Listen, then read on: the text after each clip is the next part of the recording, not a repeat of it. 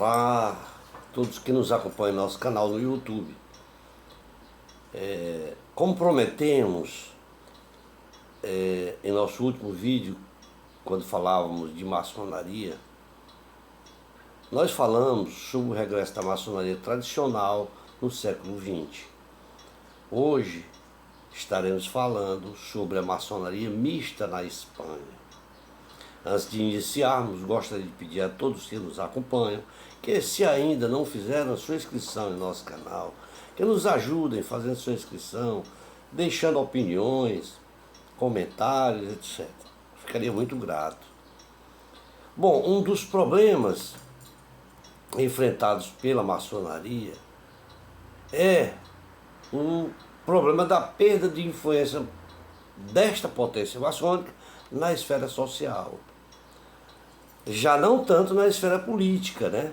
Uma vez que a maçonaria regular, ela desistiu de ter uma intervenção mais voltada ao plano das causas sociais.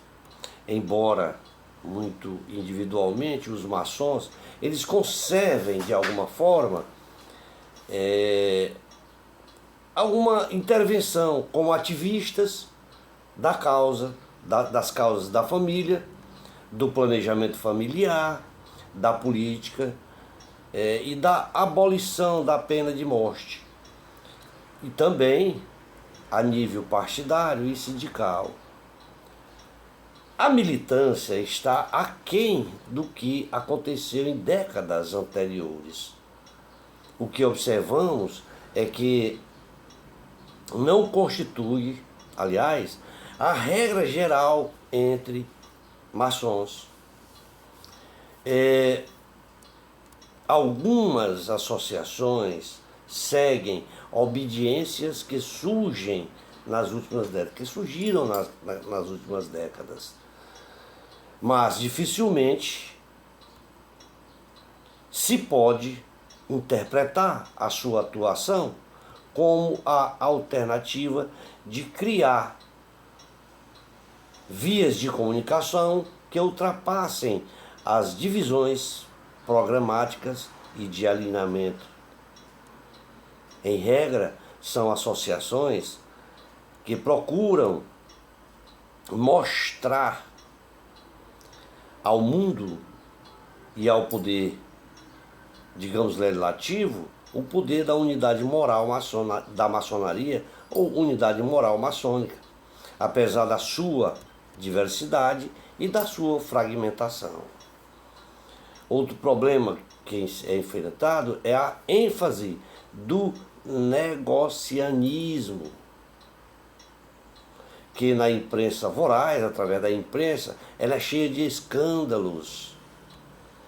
Se aplica a colar a maçonaria. A possibilidade de um maçom usar a sua pertença à maçonaria para fazer lobby e em um dado projeto empresarial é sempre algo possível, mas não exclusivo da maçonaria enquanto organização.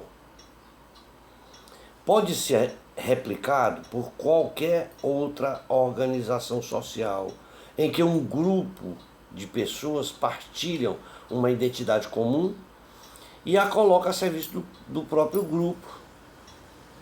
Diga-se em abandono da verdade que as obediências não têm meios de prevenir esse tipo de fenômeno. Sendo as lojas plataformas naturais de encontro entre pessoas diferentes, esta vocação para o agrupamento de interesse é congênita, não sendo, contudo, muito diferente das associações de condiscípulos, das agremiações esportivas, dos sindicatos, ou uniões de empregadores, ou das inúmeras associações internacionais como os Rotarianos, os Lions, a Civitan Internacional, ou o National Exchanger Club. Tá? De forma que forma-se um quadro, se bem que sintético, da transformação da maçonaria operativa em maçonaria especulativa, explicando que a primeira surgiu no contexto da sociedade medieval, de forma a permitir a transmissão do conhecimento dos construtores e das suas associações num tempo em que não havia livros e nem desenhos, nem planos de construção, sendo, portanto, edifícios finalizados à prova da arte dos seus arquitetos e dos seus artífices. Referimos também a ligação entre vivência religiosa das comunidades da Idade Média e o plano material da vida em comunidade. A passagem da era medieval à moderna, ela foi acompanhada pela erosão do papel social dos construtores, das catedrais, das igrejas, das paróquias, dos castelos e até de monumentos. À medida em que a máquina ela foi ocupada a máquina ocupou o lugar dos trabalhos braçais dos homens e o engenho dos artistas, colocando, portanto, na eminência de desaparecer.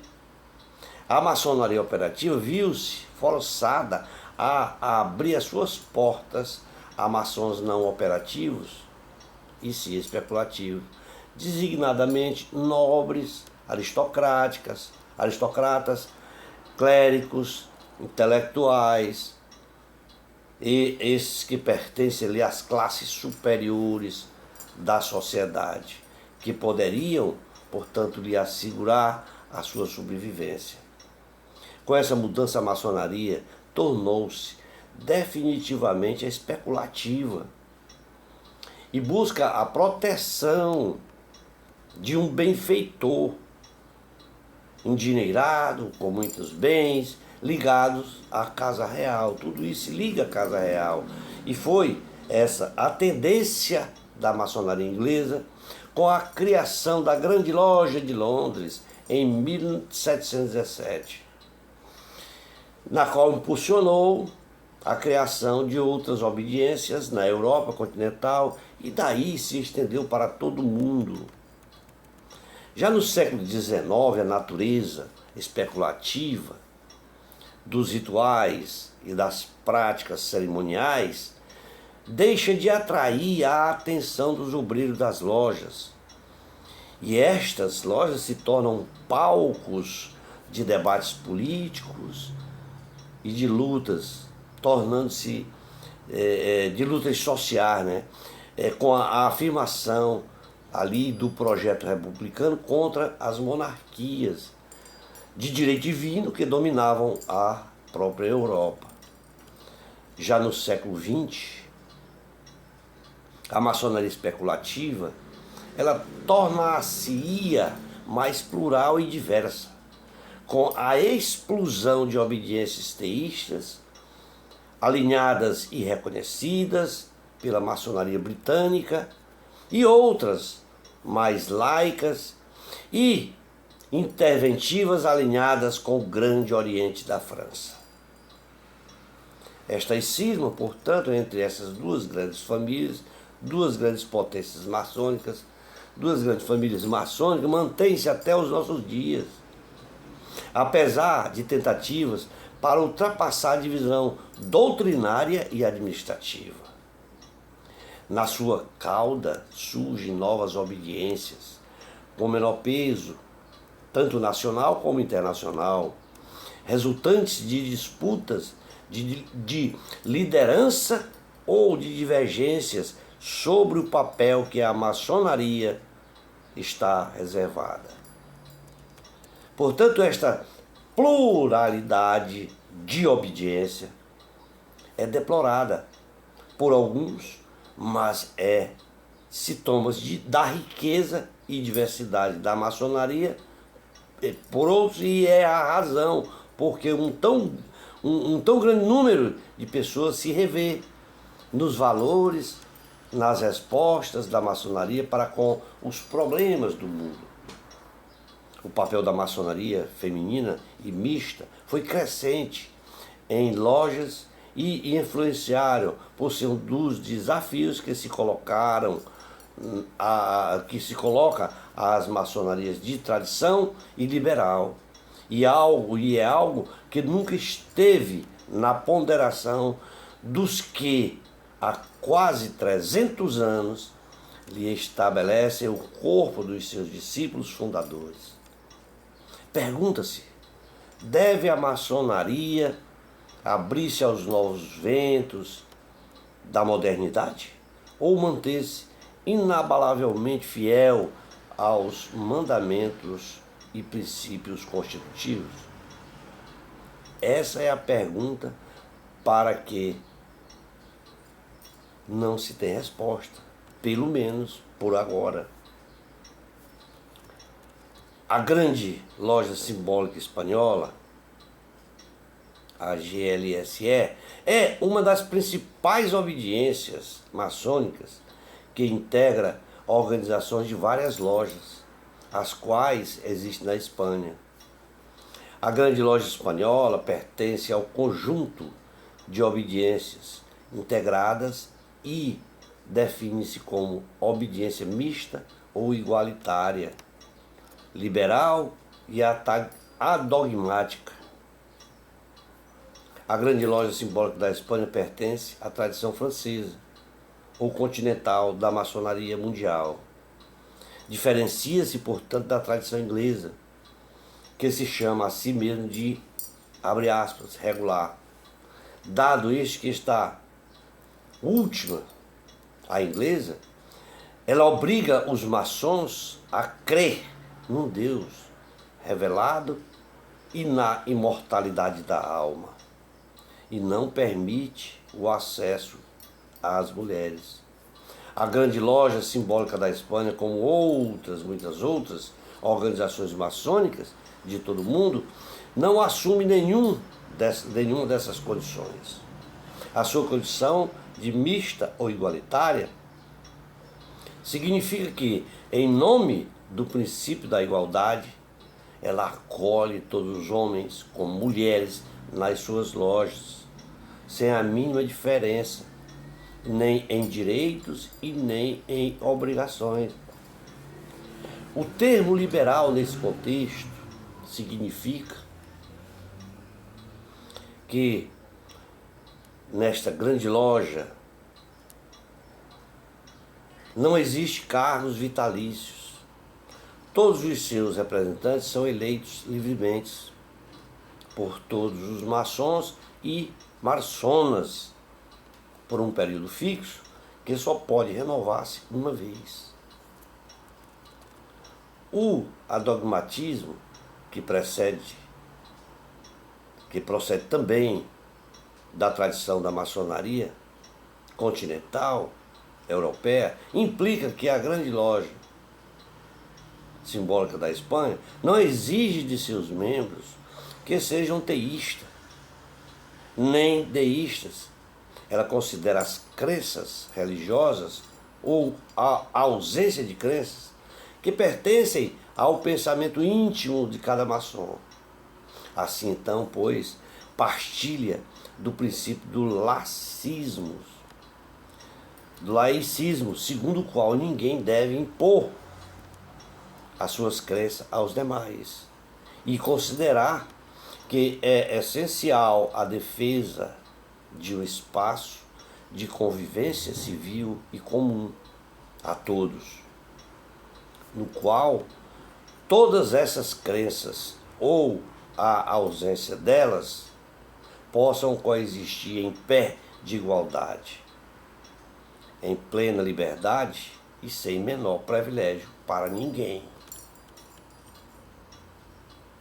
A grande loja simbólica da Espanha, ela faz parte da União Maçônica do Mediterrâneo, da Aliança Maçônica Europeia, e é fundadora do Espaço Maçônico de Espanha. Depois da ditadura franquista, a maçonaria ela voltou a ser legal na Espanha.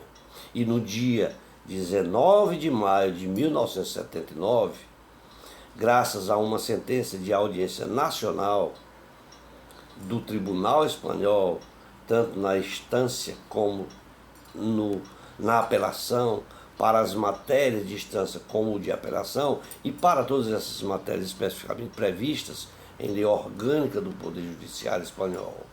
Esta sentença, ela anula uma resolução do Ministério do Interior dirigido por Rodolfo Martim Vilar, que pretendia manter a maçonaria na clandestinidade.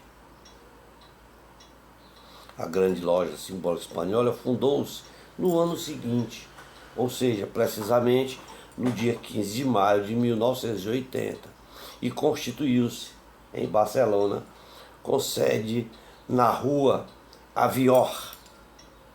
Tomou o seu nome de outra obediência, nascida na Catalunha em 1920.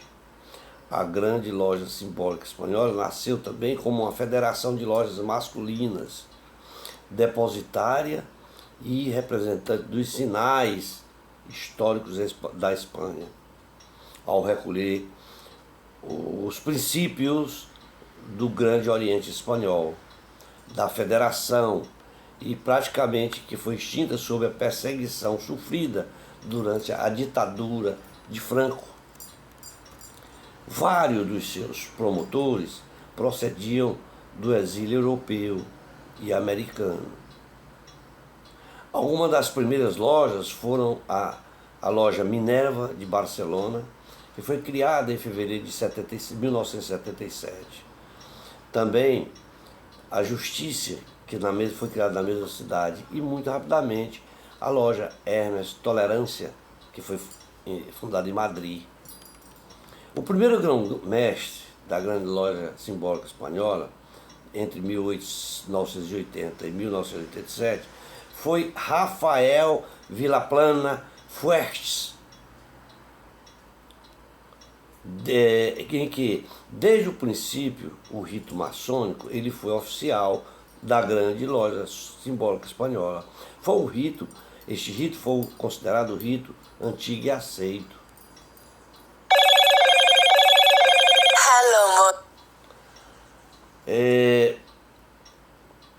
Muito embora nos anos mais tarde se tenha também adotado o rito francês. Em agosto de 2018, foram incorporados mais dois ritos, o antigo primitivo e o rito da emolução, de origem inglesa. Muito pouco tempo depois, em 1983, a grande loja simbólica espanhola foi exibida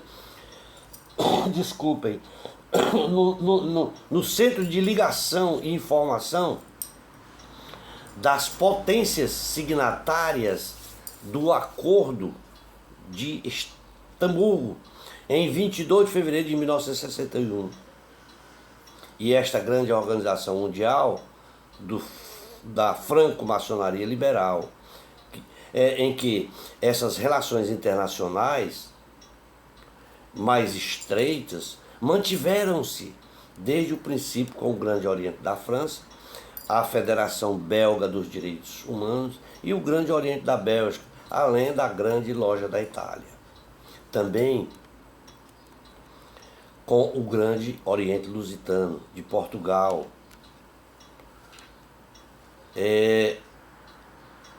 Isso no ano de 1986 até hoje. Em 1990 foi acordado declarar a laicidade como um dos valores centrais da grande loja simbólica espanhola. Outro momento decisivo e importante se citar na história da Grande Loja Simbólica Espanhola, ocorreu em 1992, durante o mandato do segundo grão-mestre, que foi Roger Leveder. Já em 1990 tinha começado o debate sobre a misticidade, ou seja, sobre a admissão de mulheres. Nesse debate concluiu-se que em uma Assembleia Geral, no dia 27 de julho de 1992, celebrada em Barcelona, com a aprovação de uma decisiva reforma dos regulamentos da organização. A Grande Loja Simbólica Espanhola admite, desde então, irmãs maçonas como membros de pleno direito e em regime de total igualdade com seus irmãos varões. Foi então que se chamou a tripla opção. E a primeira mulher que ingressou numa loja simbólica, da Grande Loja Simbólica Espanhola, foi Josefina Saló, que iniciou na loja Justiça, número 7 de Barcelona, no dia 14 de novembro de 1992. Já no ano 2000, uma mulher chamada Ascensión Tejerina foi eleita grã-mestra pela primeira vez. Em 2012 foi eleita a aragonesa Nieves Bayon, e ambas foram reeleitas para um segundo mandato. Portanto, a consolidação interna e internacional da Grande Loja Simbólica Espanhola não tem deixado de melhorar as suas relações com outras obediências e organizações maçônicas de todo o mundo. Na atualidade, esta grande loja mantém relações de mútuo conhecimento com 43 obediências maçônicas da Europa, África, Ásia e América, e está presente em todos os fóruns importantes da maçonaria liberal no mundo. Em abril de 2005, organizou-se o encontro da União Maçônica no Mediterrâneo, e em 2016 voltou a fazer também este encontro em Toledo. No dia 9 de maio de 2009, durante o mandato do grão-mestre Jordi Farrerons, a Grande Loja Espanhola participou da fundação do Epitácio Maçônico na Espanha, que coordena as 4 obediências maçônicas liberais, mas importante, com a presença na Espanha. Ou seja, a própria Grande Loja Espanhola, a Federação Espanhola do Direito Humano, a Grande Loja Feminina da Espanha e o Grande Oriente da França. No dia 1º de outubro de 2016, inaugurou-se uma nova sede central da Grande Loja Espanhola, situada na rua Vallès de Barcelona. E disse, portanto, adeus aos velhos templos. Já em 29 de outubro de 2019, o grão-mestre Xavier Molina presidiu a inauguração da nova e ampla sede em Madrid, de propriedade da Grande Loja Espanhola, que está localizada na rua Belianes e em cujos templos funcionam as lojas de várias organizações maçônicas. Hoje, a Grande Loja Simbólica Espanhola integra 64 lojas ativas em 4 países: Espanha, França, Bélgica e Suécia, nas quais trabalham mais de 900 homens e mulheres. Já se demanda 24 minutos de conversa. Esperamos ter contribuído um pouco com todos vocês. Vamos ficar por aqui para não ficar cansativo e nos comprometemos que num próximo vídeo nós estaremos falando sobre os segredos da maçonaria não conhecidos. Forte, um tríplice e forte abraço a todos e até o nosso próximo vídeo.